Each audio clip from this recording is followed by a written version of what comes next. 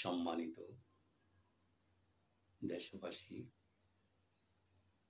Iran Israel যুদ্ধ যখন চরম পর্যায়ে, ইরান যখন ইসরায়েলের আকাশ প্রতিরক্ষা ব্যবস্থা ভেদ করে ইসরায়েলের অভ্যন্তরে বিভিন্ন ধরনের ক্ষেপণাস্ত্রের সফল আক্রমণ করতে সক্ষম হয়েছে, ইসরায়েলের যেই প্রতিরক্ষা সেটা যখন ভেঙে পড়েছে, ইসরায়েল যখন পরাজয়ের ধারপ্রান্তে, তখন ডোনাল্ড ট্রাম্প ঘোষণা করেছেন তিনি ইসরায়েলের পক্ষ হয়ে তেহরানে হামলা করবে। যদি এই হামলা করেন তাও তবে কি তৃতীয় বিশ্বযুদ্ধের দামামা বেজে যাবে না?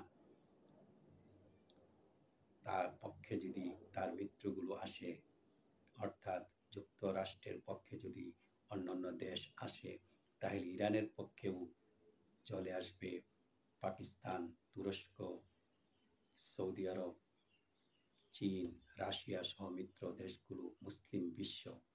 তবে কি তৃতীয় বিশ্বযুদ্ধ বেঁধে যাবে? আর এই যুদ্ধ কি কোনো পক্ষের মঙ্গল বয়ে আনবে? আমরা যুদ্ধ চাই না, শান্তি চাই।